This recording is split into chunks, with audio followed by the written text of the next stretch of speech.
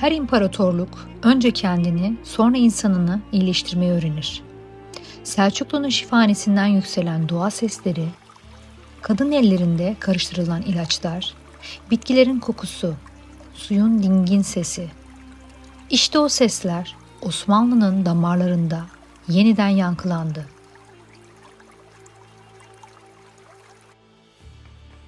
Edirne'de, Bursa'da, Konya'da, her şehirde bir şifa kapısı aralandı.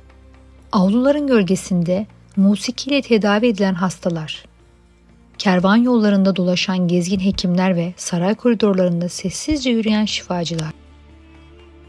Osmanlı Sarayı'nda yalnızca erkek hekimler değil, kadın elleri de vardı.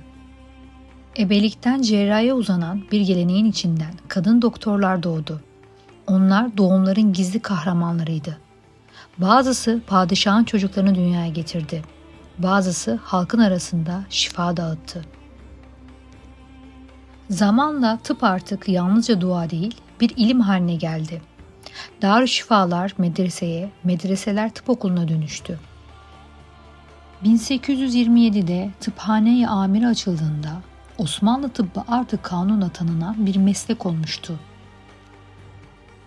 Kadim şifadan bilime uzanan bu yolculukta kadınlar, hekimler, cerrahlar ve eczacılar bir imparatorluğun sağlığını yeniden inşa ettiler. Bu Osmanlı'nın sağlığa attığı ilk adımın, şifanın devlete, ilmin insana dönüştüğü bir medeniyet hikayesidir.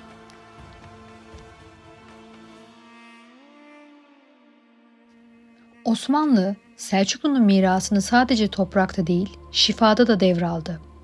Her fethedilen şehirde önce bir cami, ardından da bir şifahane yükselirdi. Bu şifahaneler dönemin modern hastaneleriydi. Hem tedavi merkezi hem de eğitim kurumuydu. Kayseri'deki Gevher Nesibe Darüşşifası bir kadının vasiyetiyle kurulmuştu. Gevher Nesibe bir Selçuklu sultanının kız kardeşi. Hastalığının ardından malım halkın şifasına yarasın diyerek tarihe geçti. O hastane hem Anadolu'nun hem de Türk İslam tıbbının ilk üniversitesi oldu. Bu kurumlarda müzik, su sesi ve güzel koku tedavinin parçasıydı. Ruhun dinginliği bedeni iyileştirirdi. Osmanlı bu anlayışı benimsedi. Fethedilen her büyük şehirde bir cami, ardından bir darüşşifa inşa edildi.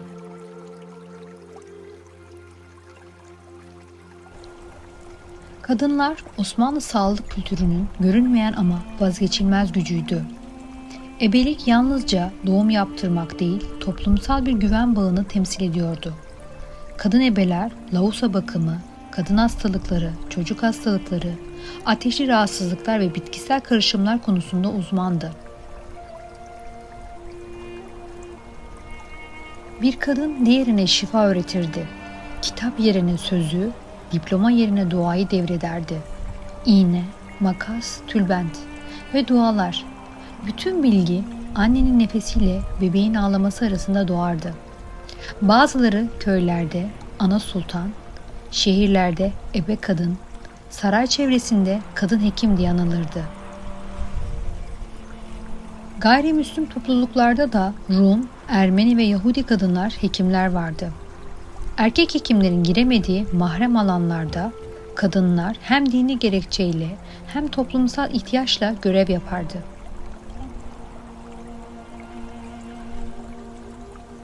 Evler o dönemde küçük birer şifahane gibiydi. Kurutulmuş otlar, amber, mazı, gül suyu, bal ve yağlar. Her biri bir hastalığın çaresi olarak karışırdı. Şifalı macunlar, sabunlar, merhemler hazırlanırdı. Evlerin içinde birer sır vardı. O sır anneden kıza geçen bilgiydi. Bazen bir mis kokusunda, bazen bir hamam tasında saklıydı.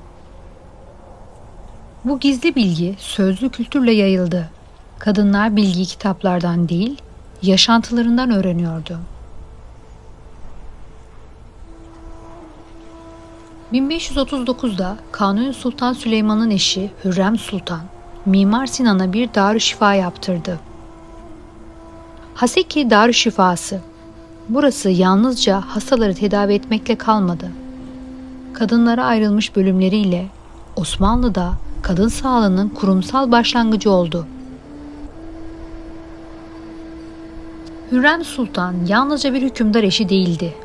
Kadın merhametini imparatorluğun kalbine kazıyan bir öncüydü. O hastanenin avlusunda kadınlar ilk kez kendi bedenlerine dair bilgiye eriştiler. Bazı kadınlar cerrah yardımcılarıydı. Bazıları doğum ve kadın hastalıkları konusunda uzmanlaşmış ebeler. Taş duvarlar hala o adımların yankısını taşır. Edirne'deki 2. Beyazıt Darüşşifası müzikle tedavi yöntemiyle ünlüydü. Suyun sesi, ney, rebap, ud ve insan sesi. Hepsi ruh hastalıklarını tedavi etmek için kullanılırdı. Bir kadın hasta odasında suyun sesini dinlerken yan odadan bir ud sesi yankılanırdı. Hekimler notalara şifa yüklerdi. Belki o yüzden Osmanlı tıbbı hiçbir zaman yalnızca bedene dokunmadı. Bu hastaneler hem bakım hem de eğitim yerleriydi. Öğrenciler usta hekimlerin yanında yetişir, Darüşşifa aynı zamanda bir laboratuvar işlevi görürdü.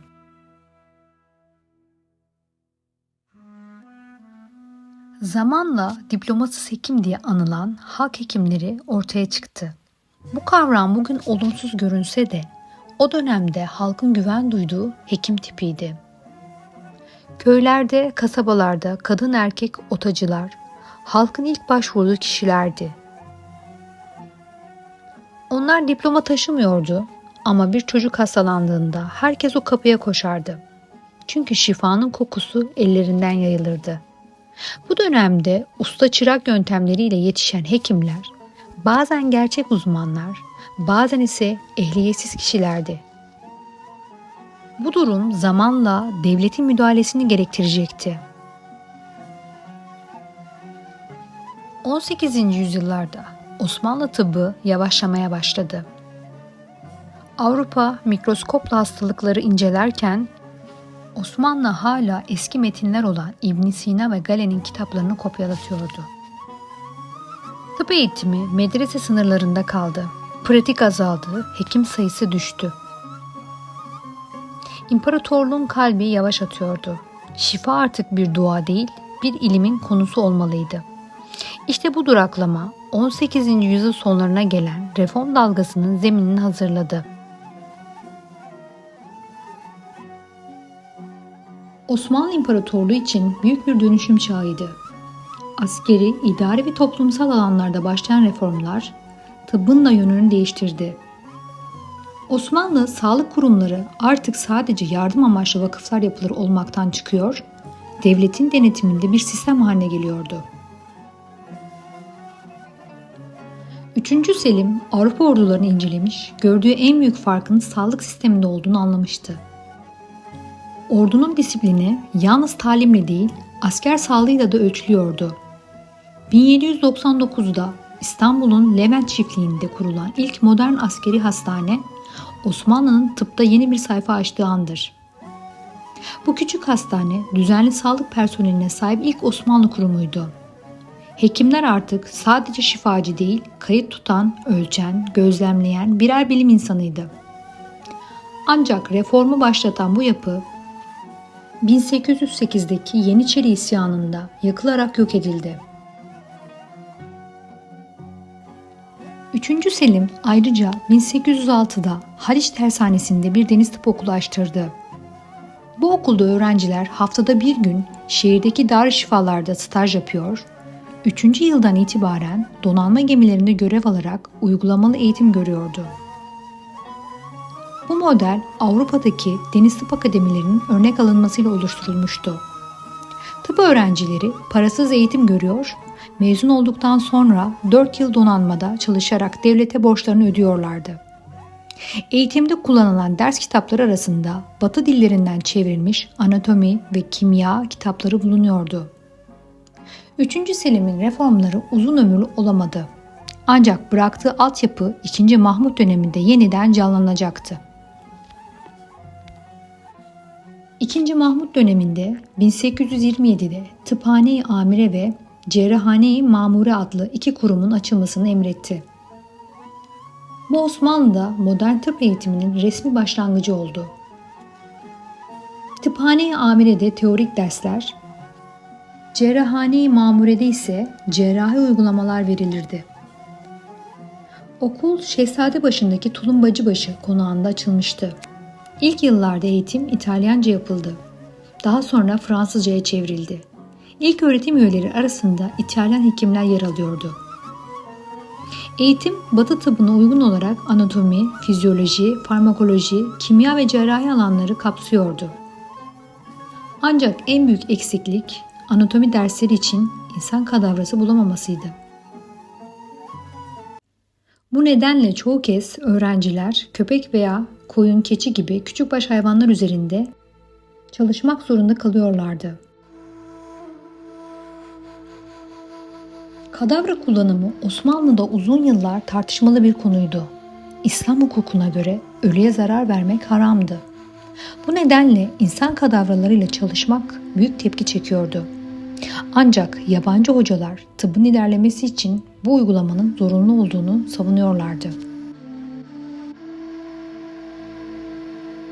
Doktor Bernard gibi Avrupalı hekimler eğitimde gerçek insan kadavralarının kullanılmaması halinde mezunların eksik kalacağını rapor etmişlerdi.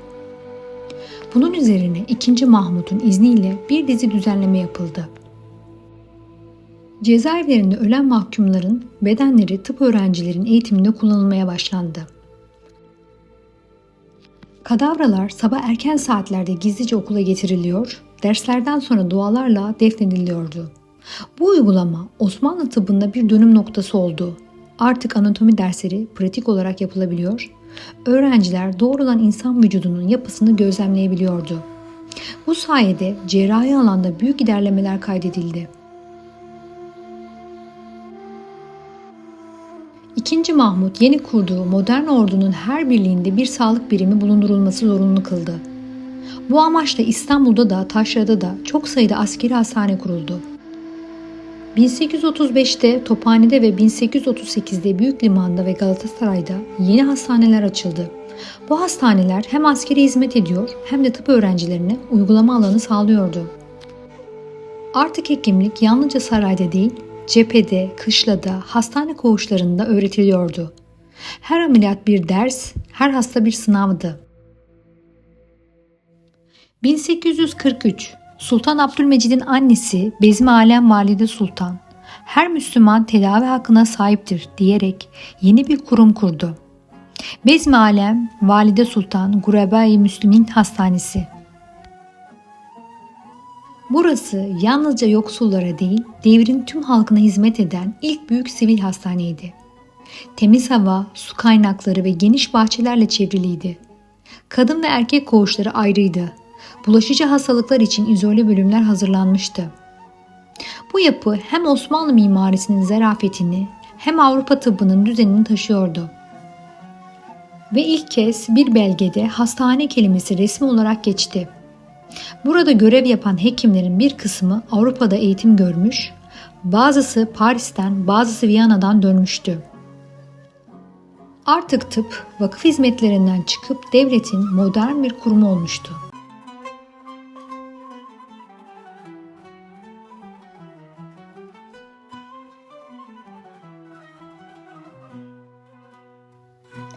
...1830'larda Osmanlı toprakları kolera salgınlarıyla sarsıldı. 1826'daki Büyük İstanbul kolerası binlerce insanın ölümüne neden oldu. Bu salgın imparatorluk tarihinde ilk kez karantina uygulamasını gündeme getirdi. 1827'de İstanbul'da karantina meclisi kuruldu. Kente giriş yapan gemilerdeki yolcular sağlık kontrolünden geçiyor, şüpheli vakalar karantina evlerinde tutuluyordu. Bu uygulama Avrupa devletlerinin baskısıyla kabul edilmişti. Zira Osmanlı limanlarından yayılan salgınlar Akdeniz ticaretini tehdit ediyordu. Bu dönemde karantina istasyonları özellikle liman kentlerinde kuruldu. İzmir, Selanik, Trabzon ve Beyrut'ta Sağlık görevlileri liman girişlerinde denetim yapıyordu. Karantina memurları Osmanlı sağlık sisteminde yeni bir meslek grubu oluşturdu.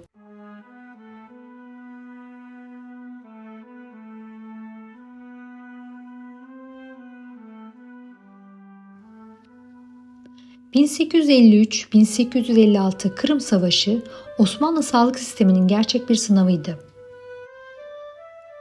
Savaşın başında Osmanlı ve müttefik ordularında yeterli sağlık personeli ve donanımı yoktu. Yaralılar ilkel koşullarda, enfeksiyon riski yüksek alanlarda tedavi edilmeye çalışılıyordu. Bu dönemde İngiltere'den gelen hemşire Florence Nightingale, Üsküdar'daki Salimiye kışlasının hastaneye dönüştürülmesini organize etti.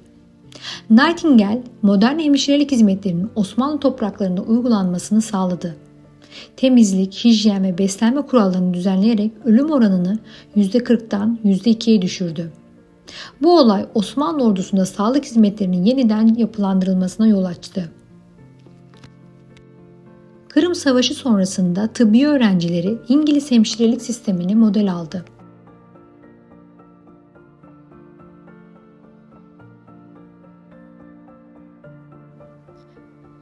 (1898) Sultan II. Abdülhamit'in küçük kızı Hatice Sultan difteriden ölünce padişah onun anısına Hamidiye Eftal Hastanesi'ni kurdurdu.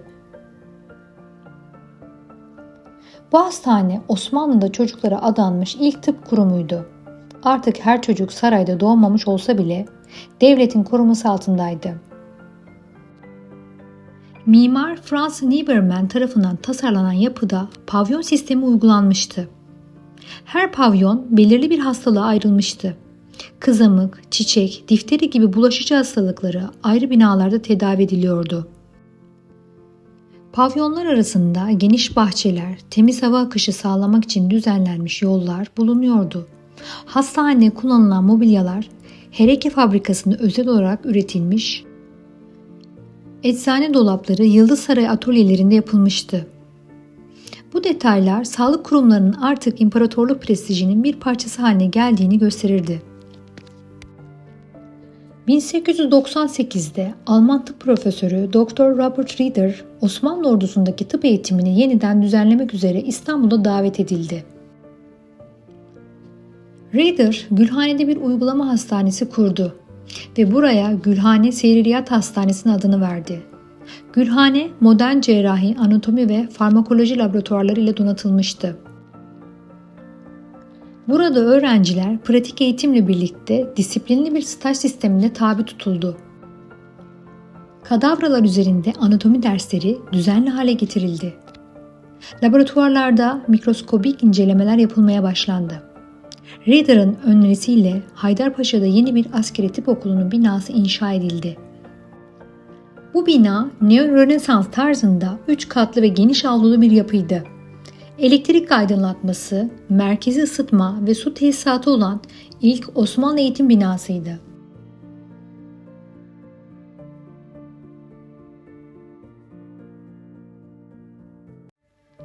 (1861'de çıkarılan Tababet Nizamnamesi tıp tarihinin en önemli adımlarından biriydi.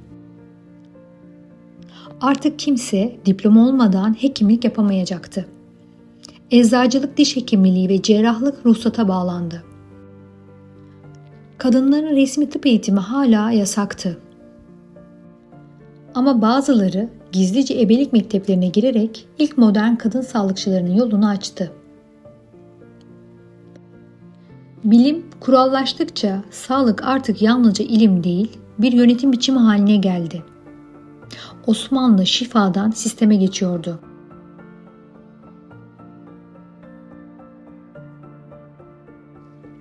Her imparatorluğun kendi nabzı vardır. Osmanlı'nın nabzı yalnızca savaş meydanlarında değil, Darüşşifa'nın sessiz odalarında da atıyordu. Orada yüzyıllar boyunca şifayı ilimle birleştirmeye çalışan insanların hikayesi yazıldı. Yüzyılın sonuna gelindiğinde Osmanlı tıbbı artık çağın sınırlarına dayanmıştı. Batı tıbbı mikroskopla, laboratuvarla, bakteriyolojiyle tanışmıştı. Osmanlı hekimleri de aynı bilgiye erişmeye başlamış, yüzyıllık geleneklerin üzerine yeni bir bilim inşa ediyordu. Ama bu kolay olmadı. Her reform bir direnişle karşılaştı. Her yenilik bir tartışmayla doğdu.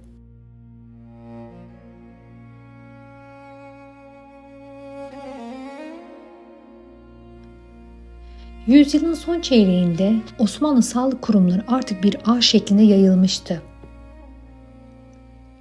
Gülhane, Haydarpaşa, Hamidiye Etfal, ülkenin tıp merkezi haline gelmişti.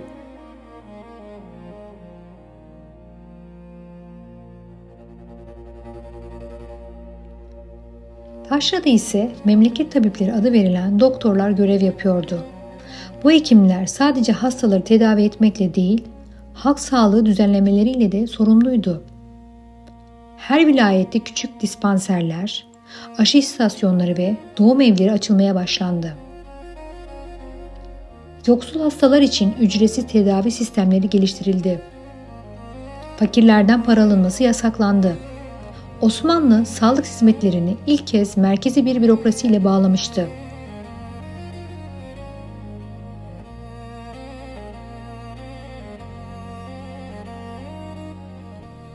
Tıp ile toplum arasındaki en hassas bağ güven duygusuydu.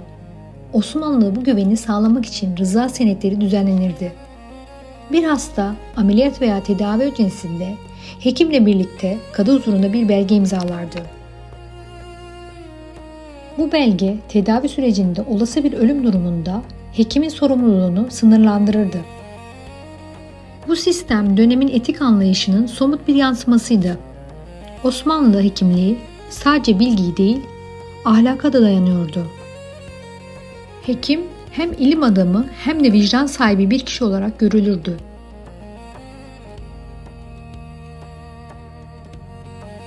Osmanlı'da yüzyıllar boyunca kadınlar ebelik, cerrahlık, şifacılık, hasta bakıcılık ve bitkisel tedavi alanlarında daima vardılar. Ama hiçbir zaman doktor sıfatını taşıyamadılar. Oysa halk onların ellerine güveniyordu.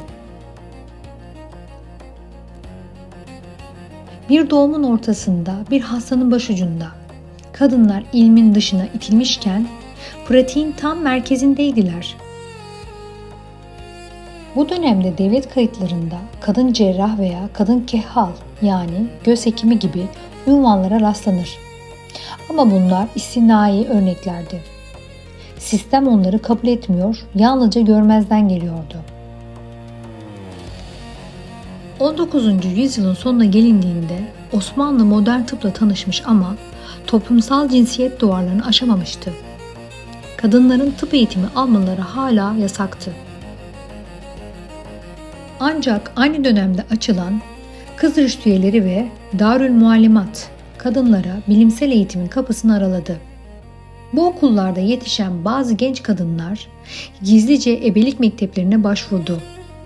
1890'larda kurulan Ebe Mektebi Osmanlı'da kadınlara açık ilk sağlık okuluydu. Burada anatomi, doğum bilgisi, temizlik ve çocuk bakımı dersleri okutuluyordu.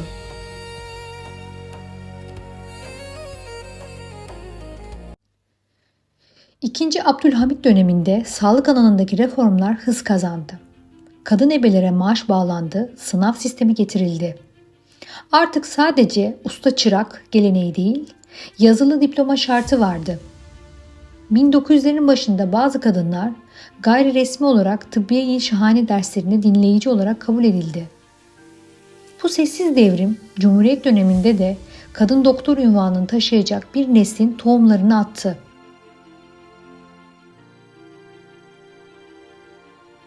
Kadınlar tıbbın kapısında bekliyordu. Ellerinde dilekçeler, yüreklerinde kararlılık vardı. Ama bir tek kelime o kapıyı kapalı tutuyordu. Uygun değildirler. Kadınların tıp eğitimi talepleri defalarca reddedildi. Kadınlar erkek hastalara bakamaz gerekçesiyle tıbbiye kapıları kapalıydı. Bu ön yargı 20. yüzyıl başında bile sürüyordu. Ama tarih direnenleri yazar.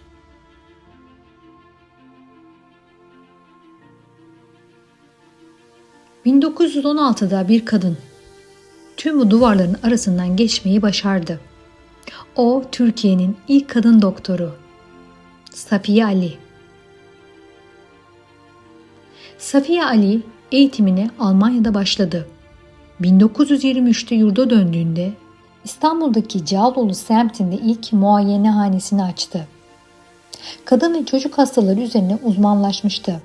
Toplum onu önce yadırgadı, sonra saygıyla kabul etti. Kadınlar artık bir başka kadına gidebiliyordu. Safiye Ali sadece hekim değil, kadınların kamusal hayata çıkışının sembolü oldu. Safiye Ali yalnız değildi. Onun izinden giden başka öncü kadınlar da vardı. Suat Rasimgiz, İlk kadın cerrah olarak ameliyathanede erkek meslektaşlarıyla yan yana durdu. Fitnat Celal, farmakoloji alanında ilk kadın akademisyenlerden biri oldu. Kamile Şevki Mutlu, patoloji dalında profesörlüğe yükselerek uluslararası ödüller aldı. Sabiha Süleyman, çocuk sağlığı alanında ülkenin ilk kadın öğretim üyelerinden biri olarak görev yaptı.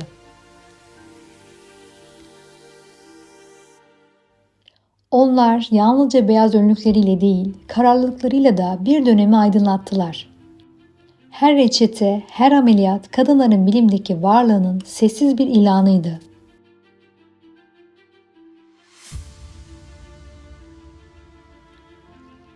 Cumhuriyetin ilanı ile birlikte kadınların eğitime katılımı devlet politikası haline geldi.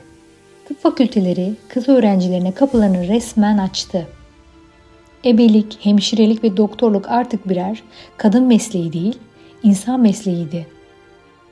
Cumhuriyet kadınlara yalnızca oy hakkı değil, bilgiyle de yaşama hakkını verdi. Safiye Ali, Cumhuriyet'in ilk yıllarında Hilal-i Ahmer bünyesinde kadın ve çocuk sağlığı merkezleri kurdu. Onun öncülüğünde İstanbul'da anne sütü kampanyaları başlatıldı. Doğum klinikleri açıldı.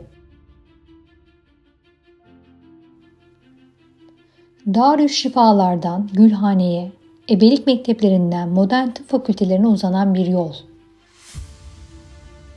Ve o yolun her taşında kadınların adımları var. Bugün tıp fakültelerinde öğrencilerin yarısından fazlası kadın. Her ameliyathanede, her laboratuvarda bir zamanlar görülmeyen o eller var.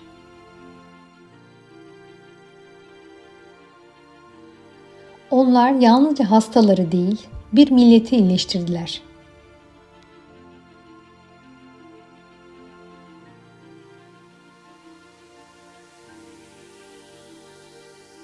Osmanlı'da tıbbın hikayesi bir imparatorluğun kendi hastalıklarıyla yüzleşmesiydi.